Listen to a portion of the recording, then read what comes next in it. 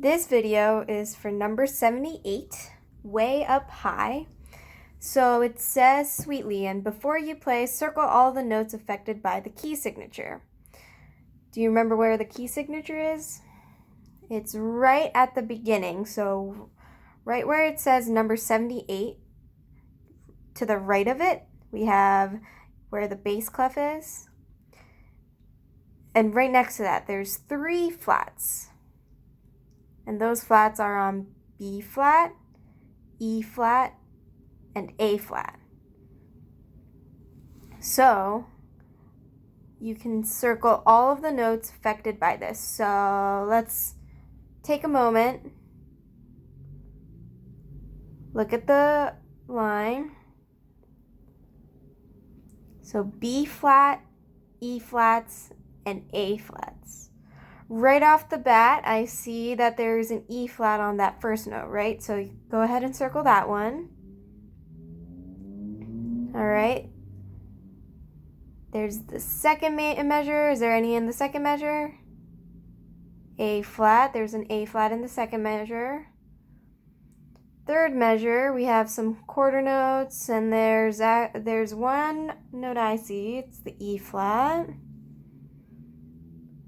All right. Don't see any in the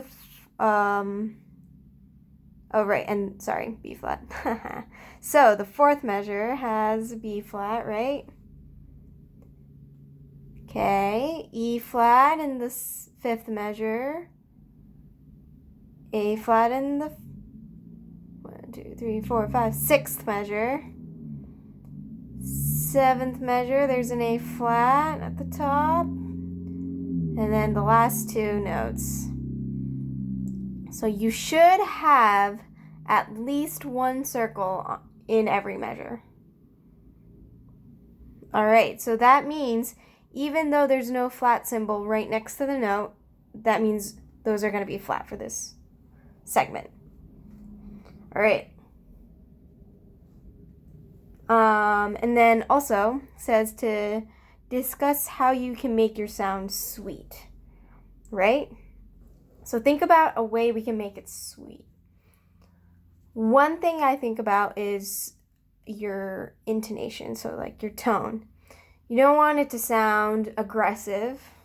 So I like to think of, if something says, like, play this sweetly, I like to think of what the opposite is. So the opposite of sweetly is aggressive, loud, just angry, and those things, I think that's like playing it loudly, playing it aggressively, so really harsh tones. Sweetly is going to be the opposite of that, so it's gentle, really light maybe. So let's try, think about that. Let's play it once, and then we can think about how you are playing it sweetly or how I'm playing it sweetly. So right from the beginning of number 78, Way Up High. 1, 2, 3.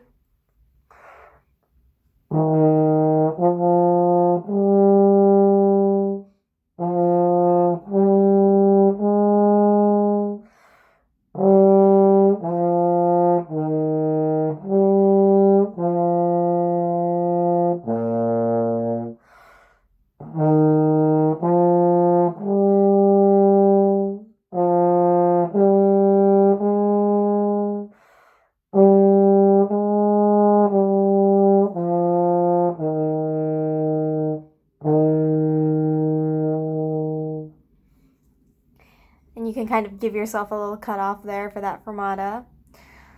So one thing I thought about was my tone. So I made sure that my jaw was nice and open. So you're kind of your whole jaw is where it would be when you say the sound ah.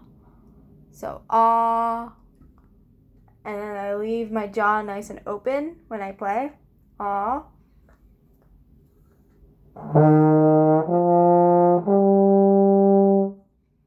As opposed to, if I have it clenched and really tight and not relaxed at all, it's going to sound like this.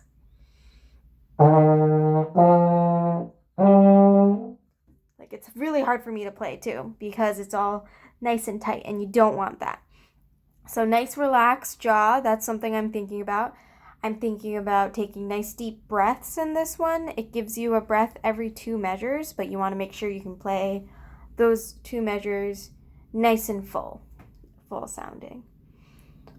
And making that slur in the 4th measure nice and smooth. So that 4th measure, what position are both of those in? So they're both in first, right? So first position, you just stay there. Sometimes the hardest thing about playing trombone is staying in one position. I am very guilty of trying to move when I really don't need to be moving. So that's something you can think about. You can just relax and play that. All right, so let's try a little bit faster this time. 1, 2, number 78.